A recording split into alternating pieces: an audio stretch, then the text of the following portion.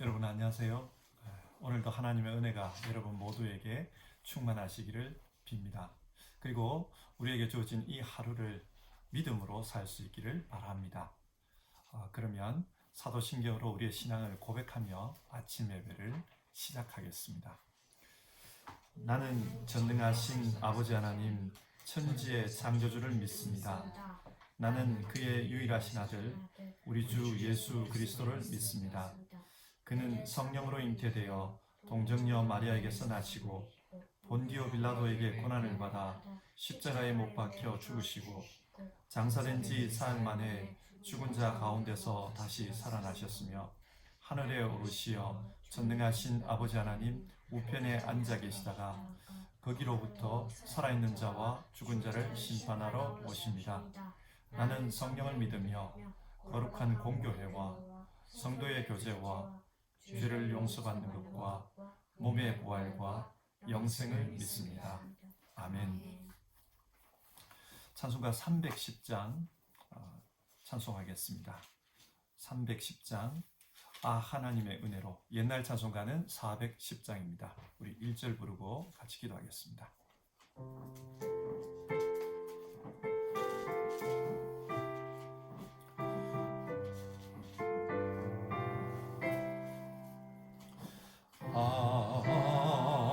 하나님의 은혜로 있을 데 없는 자 왜 구속하여 주는지 난 알 수 없도다. 내가 믿고 또 의지함은 내 모든 영변 아시는 주님 늘 보해 주실 것을 나는 확실히 아네. 같이 기도하겠습니다.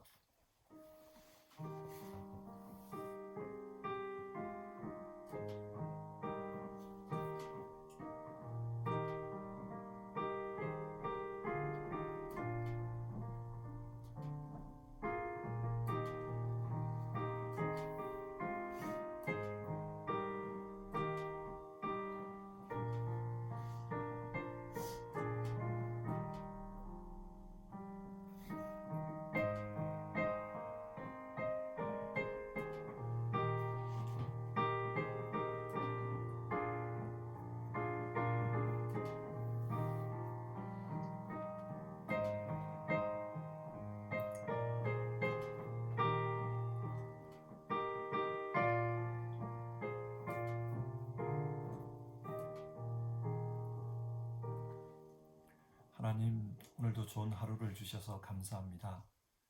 하나님께서 주신 이 하루, 하나님의 뜻이 있고 또 하나님께서 인도하심이 있을 줄 믿습니다.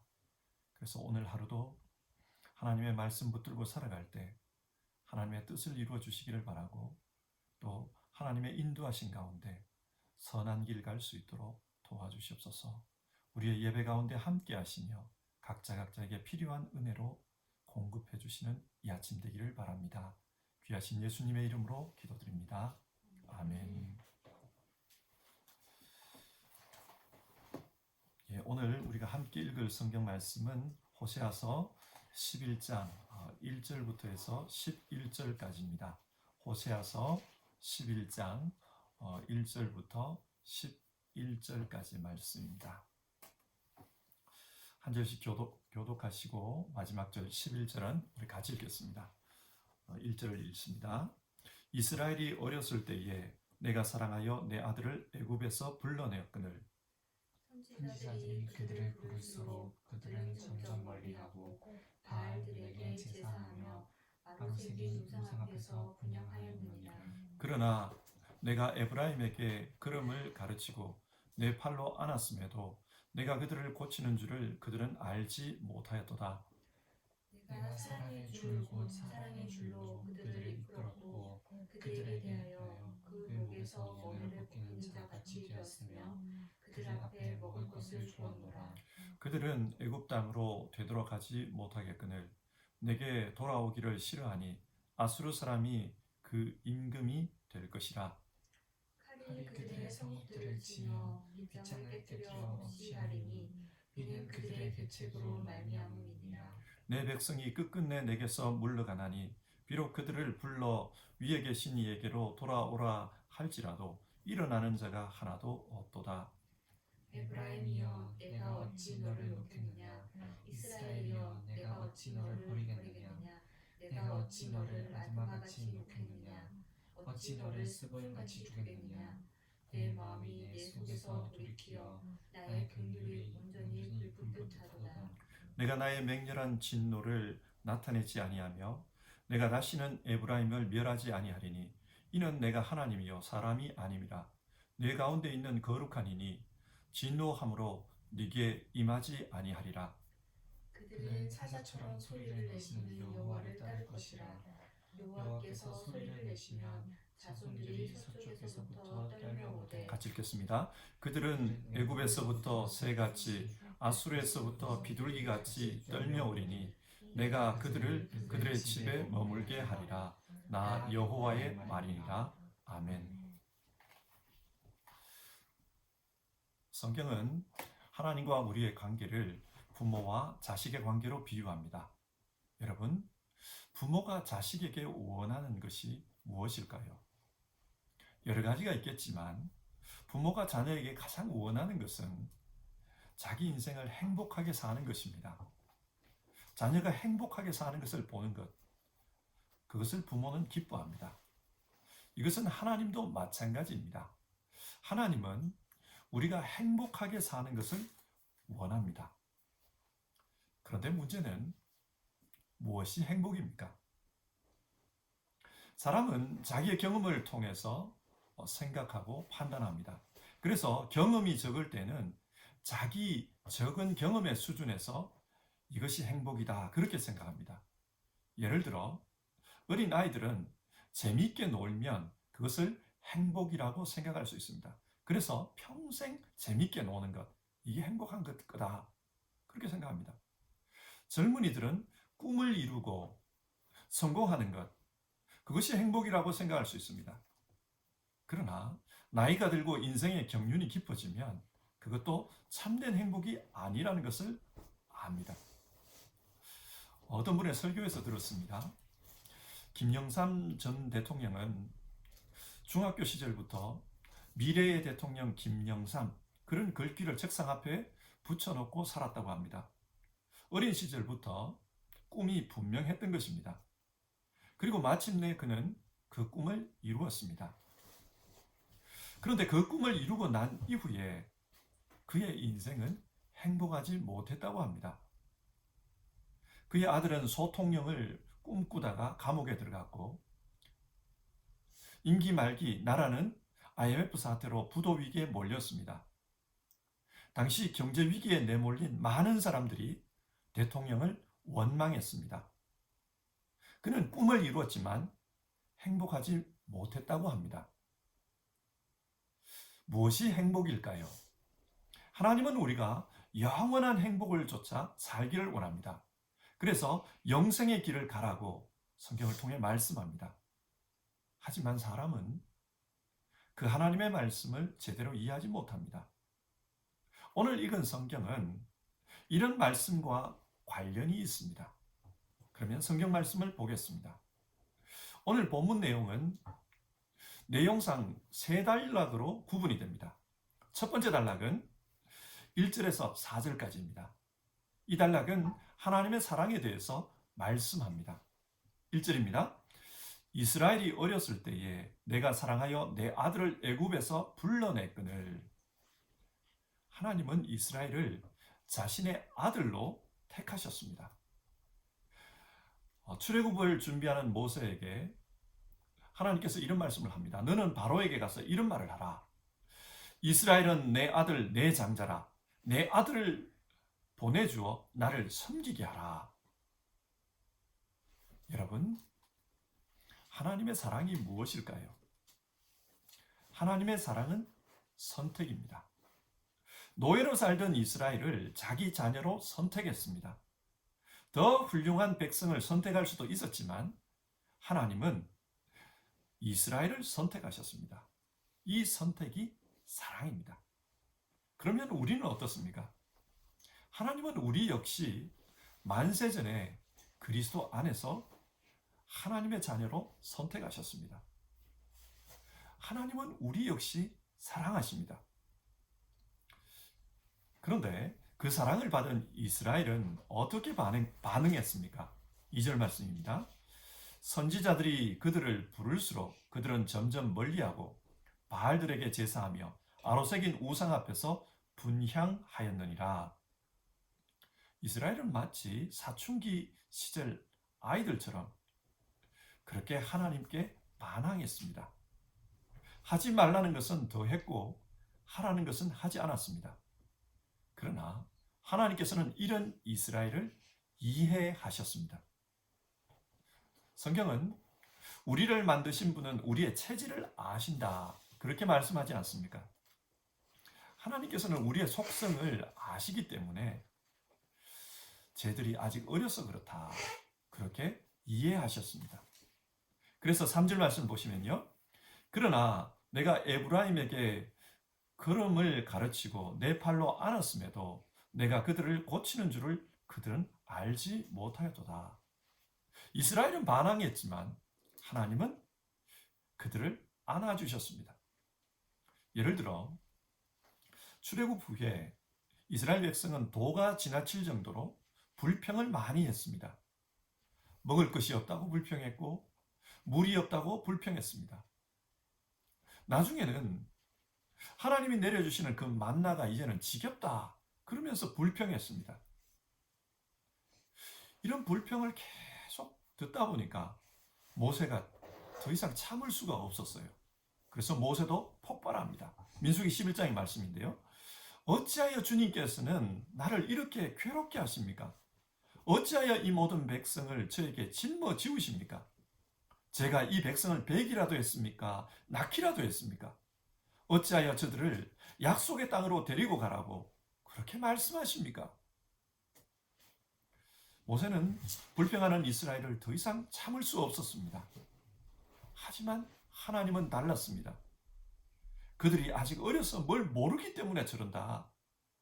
그래서 하나님은 계속 참으십니다.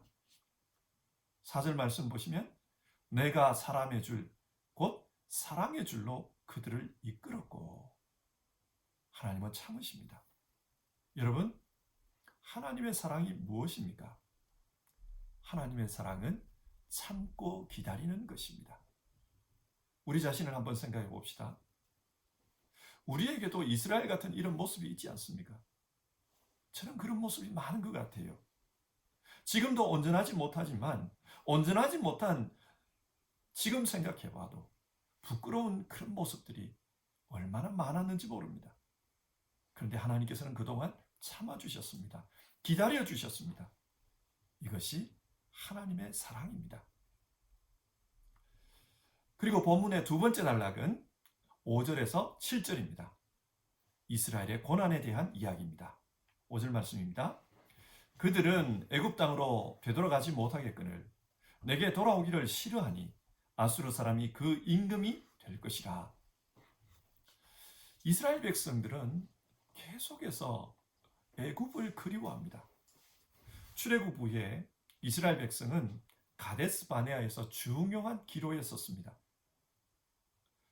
모세는 이제 눈앞에 보이는 가나안 땅에 들어가기 전에 정탐꾼을 보내서 그 땅을 정찰하고 오라고 합니다. 하지만 돌아온 정탐꾼들은 그 가나안 땅은 들어갈 수 없는 땅이다, 그렇게 말을 합니다. 10명이 그런 말을 했습니다. 또 어떤 사람은 그 땅은 우리가 큰 희생을 치르고 그렇게 차지할 만한 가치가 없습니다, 그런 말도 했습니다.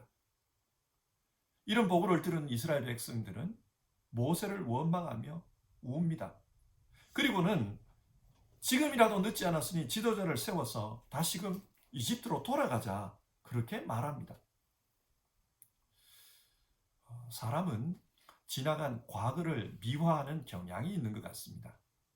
저의 경우 지금도 꿈을 꾸면 가끔씩 70년대에 제가 살았던 농촌 그 마을이 꿈에 나타납니다. 고즈넉한 그런 농촌 마을. 동네 앞에는 누런 보리밭이 있었고요. 그 보리밭 건너편에는 분홍색 복숭아 꽃이 만발한 그런 과수원이 있었습니다. 그리고 한편에서는 아이들이 개울가에서 물고기를 잡기도 했고 또 메뚜기를 잡으면서 그렇게 놀았습니다. 또 저녁이 되면은 집집마다 굴뚝에서 연기가 모락모락 피어오릅니다.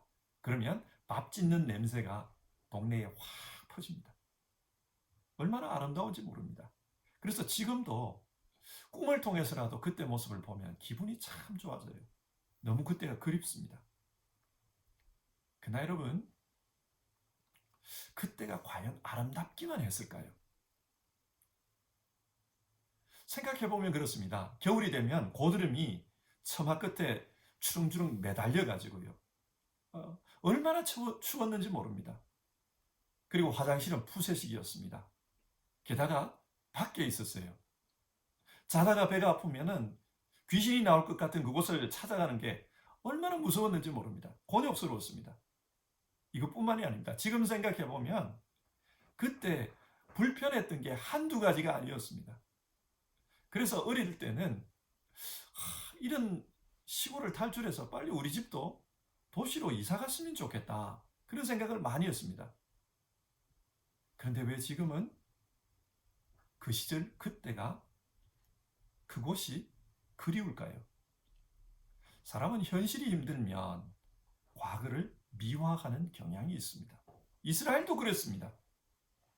그들은 이집트에서 죽을 정도의 강제 노동에 시달렸습니다. 그래서 하늘을 바라보며 울부짖었습니다. 여러분, 이집트 사람들이 그 노예들에게 뭐 그리 대단한 음식을 줬을까요? 근데 이 사람들은 생각합니다. 그때 우리는 거기에서 오이도 먹었다, 참외도 먹었다, 고기도 먹었다. 과연 그랬을까요? 사람들은 그 시절을 그리워합니다. 하나님은 이런 이스라엘이 자기 길로 가도록 내버려 두셨습니다. 그 결과 다시 이집트로 돌아가지는 못하지만 영적인 이집트, 즉 이방으로 끌려가게 했습니다. 아수르에게 붙들려서 노예 생활을 하도록 내버려 두셨습니다.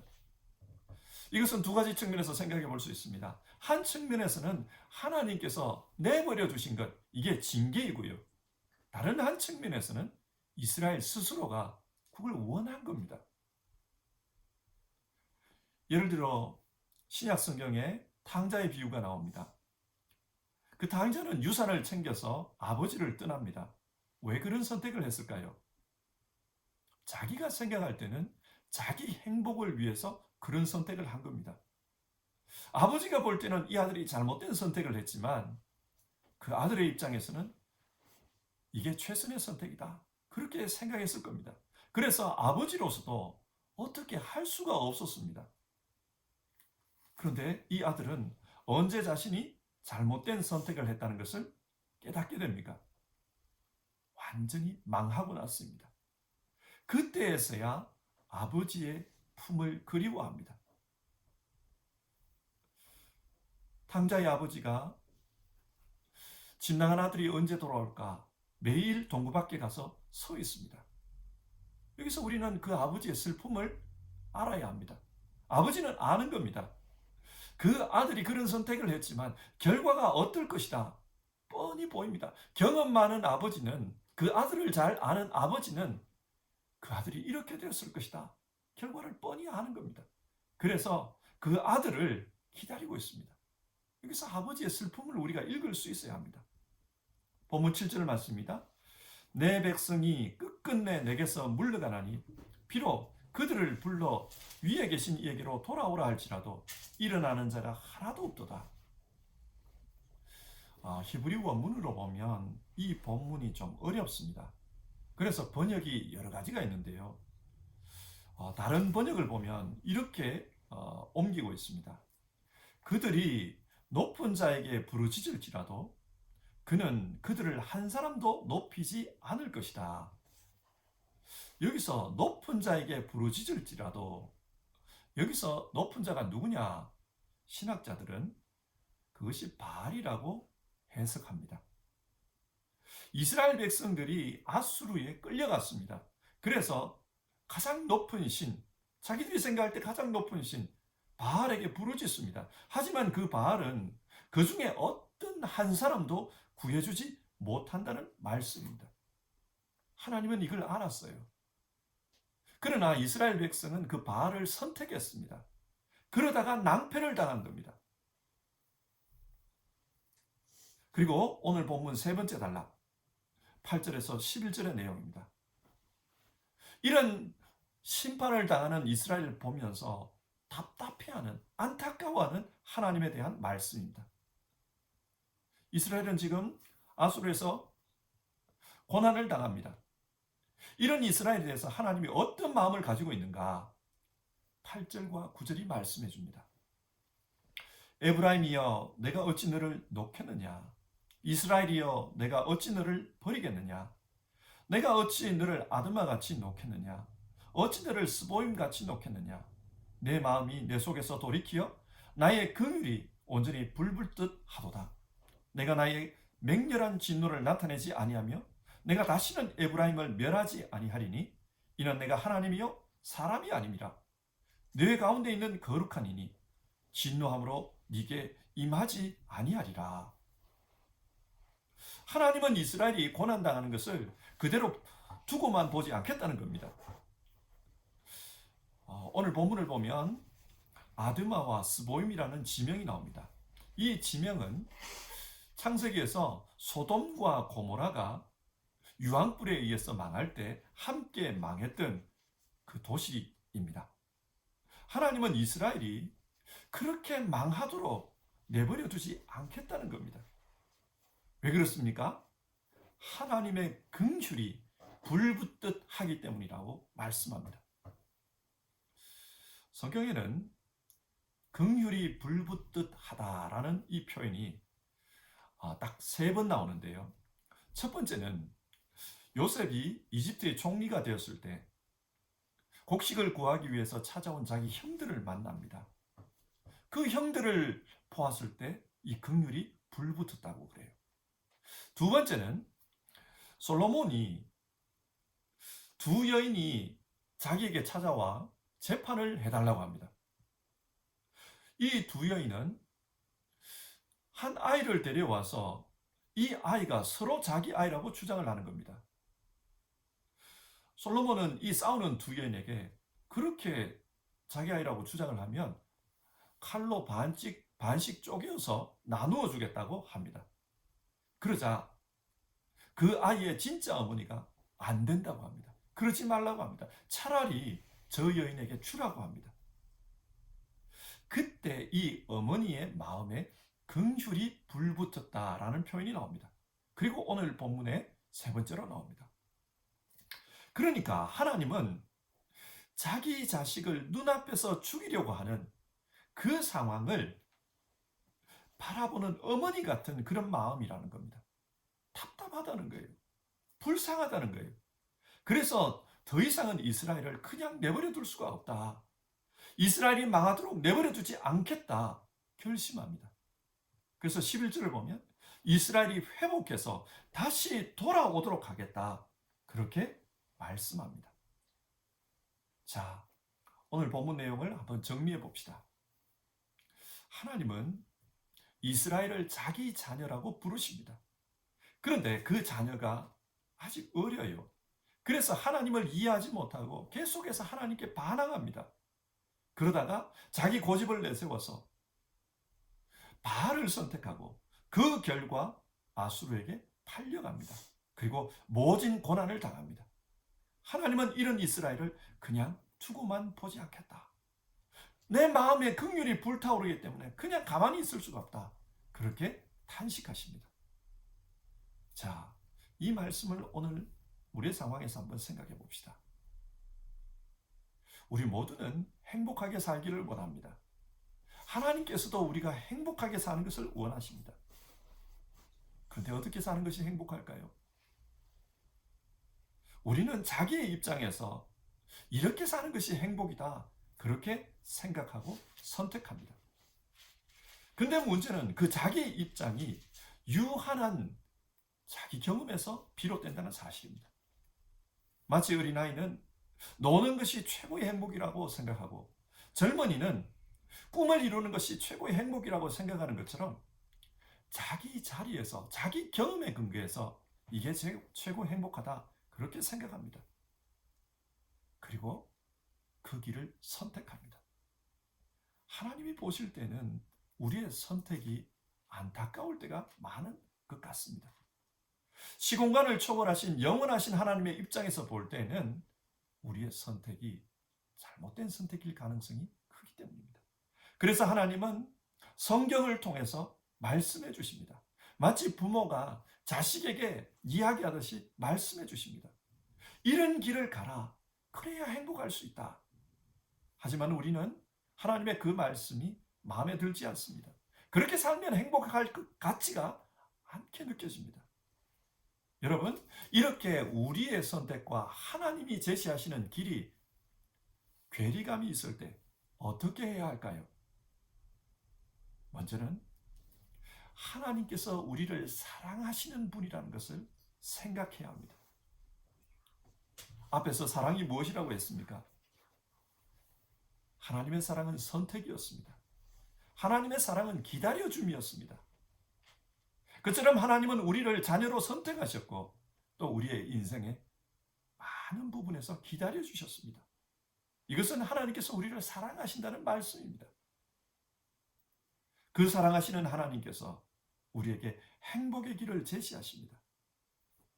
그 행복은 하나님을 믿는 가운데 하나님과 동행하며 사는 것입니다. 그러면 하나님께서 자녀를 키우듯이 한 단계씩 한 단계씩 우리를 양육하시고 또 인도해 주시겠다고 말씀합니다. 그래서 마지막에는 그리스도의 장성한 분량에 이르기까지 성장하도록 하시겠다, 성경을 통해 약속하십니다. 참된 행복은 하나님을 믿고 하나님을 따라가는 가운데 발견할 수 있습니다. 가끔씩 저도 제 자신의 삶을 생각해 봐요. 때로는 후회가 될 때가 많습니다. 나는 왜 이런 길을 선택했을까? 그리고 때로는 나는 행복하지 않다, 그런 생각이 들 때도 많습니다. 그러나 저는 믿습니다. 저는 하나님이 저를 사랑한다는 것을 믿고 있고, 그리고 사랑하는 하나님께서 내게 이런 인생을 펼쳐주셨다면 그 마지막에는 최선의 결과가 있을 것이다. 저는 그것을 믿습니다. 내 체질을 아시는 하나님께서 너는 이런 길을 갈 때 영생의 길을 갈 수 있다, 그래서 나를 그렇게 인도하신다는 것을 믿습니다. 여러분, 하나님을 믿읍시다. 그리고 하나님을 믿는 가운데 하나님의 인도하심을 따라 하나님과 동행하면 마침내 하나님께서 우리를 행복에 도달하도록 하실 겁니다. 그리고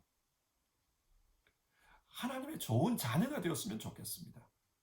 행복은 하나님의 좋은 자녀가 되는 데 있습니다.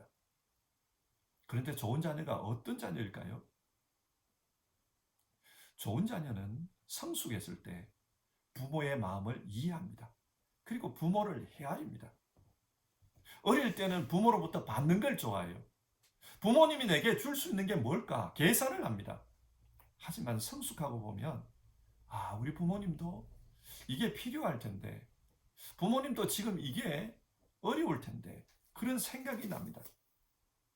그처럼 성숙한 자녀는 하나님을 헤아립니다. 하나님의 마음을 읽으면서 하나님도 이런 걸 원하시겠다, 그런 생각을 하게 됩니다. 하나님의 마음을 헤아릴 수 있는 사람, 그 사람이 좋은 자녀입니다. 말씀을 맺겠습니다. 하나님은 우리가 행복하게 살기를 원합니다. 그런데 그 행복이 어디에 있느냐? 하나님께서 인도해 가시는 그 길을 따라갈 때 행복할 수 있습니다. 우리를 사랑하시는 하나님께서는 우리를 인도하시고 단계 단계 성장하게 하셔서 마침내 행복의 길에 도달하게 하십니다. 여러분, 그것을 믿으며 하나님의 인도하심, 하나님의 이끌어 주심, 그게 순종하면서 삽시다. 그리고 그 길을 가는 가운데 하나님의 마음을 헤아릴 수 있는 우리가 되었으면 좋겠습니다. 하나님의 마음을 헤아리면서 하나님께 응답하는 가운데 우리는 행복의 길을 갈 수 있습니다. 우리 같이 찬송하고 기도하는 시간 가지겠습니다. 찬송가 314장입니다.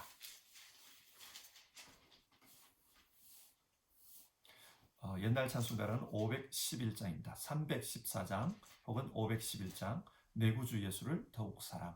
우리 같이 찬송하겠습니다.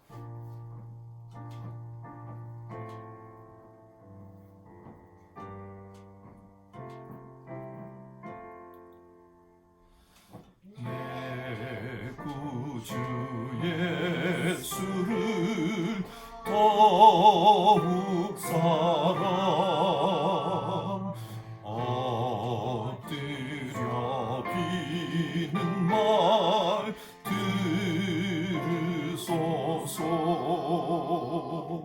내 진정 소원이 내 구주 예수를 더욱 사랑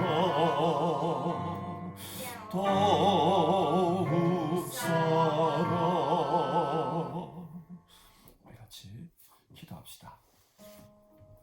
오늘 살펴본 호세아서 11장의 말씀을 생각하면서 기도합시다. 하나님께서는 우리 모두가 행복하게 살기를 원하십니다. 그래서 우리에게 믿음의 길을 가라고 하나님께서 인도하시는 그 길을 따라오라고 말씀합니다. 성도 여러분, 믿음의 길을 가는 가운데 하나님의 말씀이 제시하는 그 길을 가는 가운데 하나님과 동행하는 가운데 행복의 길을 찾을 수 있도록 우리 그렇게 기도합시다. 주여, 신앙하는 가운데 하나님을 따라가는 가운데 주의 말씀을 순종하는 가운데 행복의 길을 가게 하옵소서. 그리고 진짜 행복한 삶은 하나님의 자녀, 좋은 하나님의 자녀가 되는 데 있습니다. 우리가 성숙하기를 원합니다. 우리의 신앙이 성숙하고 우리의 인생이 성숙해서 정말 하나님의 좋은 자녀가 되었으면 좋겠습니다. 그래서 하나님의 마음을 헤아리고 하나님의 뜻을 읽으며 그렇게 반응하는 우리가 되었으면 좋겠습니다. 주여, 성숙한 하나님의 자녀 되게 하옵소서. 하나님의 마음을 읽으며 하나님께 응답하는 그런 자녀 되게 하옵소서. 이 아침에 우리 같이 기도해 봅시다.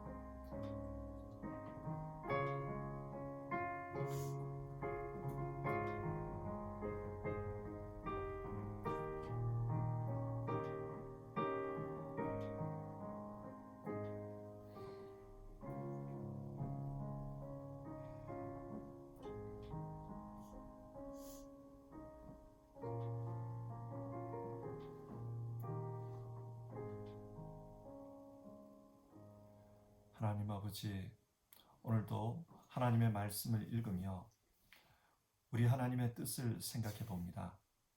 하나님께서 우리에게 원하시는 것은 우리 모두가 행복한 삶의 길을 걸어가는 것입니다. 그 행복은 하나님의 품 안에서 찾을 수 있다. 우리가 그렇게 말씀을 나눴습니다. 그래서 하나님께서, 우리를 사랑하시는 하나님께서, 우리를 선택하신 하나님께서, 우리를 자녀로 기르시는 그 하나님께서 인도하시고 끌어가시는 그 말씀에 순종하면서 살아갈 때 우리가 진짜 행복에 도달할 수 있다. 그렇게 말씀 나눴습니다. 하나님, 우리 모두 정말 믿음으로 살면서 하나님이 원하시는 그 행복을 따라가게 하옵소서. 우리의 현실을 보면은 이 현실이 마음에 들지 않을 때가 있고 불평이 나올 때가 있습니다. 그러나 우리의 체질을 아시는 하나님께서 우리를 이끌어 가신다면 여기에도 행복이 있음을 압니다. 우리를 성장하게 하시고 성숙하게 하시는 하나님, 그 하나님 믿으며 하나님이 인도하시는 길, 그 길을 순종하는 가운데, 감사하는 가운데, 기뻐하는 가운데 나아가게 하여 주시옵소서. 하나님 아버지, 그리고 우리가 정말 하나님의 마음을 헤아릴 수 있는 그런 자리에까지 우리의 신앙이 성숙하기를 원합니다. 하나님의 좋은 자녀가 되기를 원합니다. 하나님과 동행하는 자녀가 되어서 하나님 나라의 하나님의 상속자로, 하나님의 동력자로 서는 우리 모두 되게 하여 주시옵소서. 오늘 하루도 하나님과 함께 살아가기를 소원하는 모든 성도님들, 그 삶과 그 가정 위에 함께하여 주시옵소서. 하나님, 교회를 위해서 기도합니다. 우리 성도님들 가운데 어려움 당하고 있는 분들, 고통을 겪고 있는 분들, 불안을 경험하는 분들, 염려 가운데 있는 분들, 주님 기억해 주시고 그 삶 가운데 찾아가셔서 내가 너 아버지다. 내가 너와 함께하고 있고 너를 인도하고 있으니 두려워하지 말라. 그리고 내가 타오르는 긍휼로 너와 함께하고 있으니 염려하지 말라. 그 마음에 위로해 주시고 또 그 삶의 해결책을 제시해 주시고 또 그 삶을 구체적으로 이끌어 주시옵소서. 하나님의 그 은혜가 우리 성도님들의 삶 속에 우리 교회에 임하기를 간절히 기도드립니다. 그리고 혼란스럽고 고통이 많은 이 세상, 오늘 하루도 주님 함께 해주셔서 긍휼 베풀어 주시기를 원합니다. 이 모든 말씀 우리 주님 예수님의 이름으로 기도드립니다. 아멘. 하늘에 계신 우리 아버지, 아버지의 이름을 거룩하게 하시며 아버지의 나라가 오게 하시며 아버지의 뜻이 하늘에서와 같이 땅에서도 이루어지게 하소서. 오늘 우리에게 일용할 양식을 주시고 우리가 우리에게 잘못한 사람을 용서하여 준 것 같이 우리 죄를 용서하여 주시고 우리를 시험에 빠지지 않게 하시고 악에서 구하소서. 나라와 권능과 영광이 영원히 아버지의 것입니다. 아멘.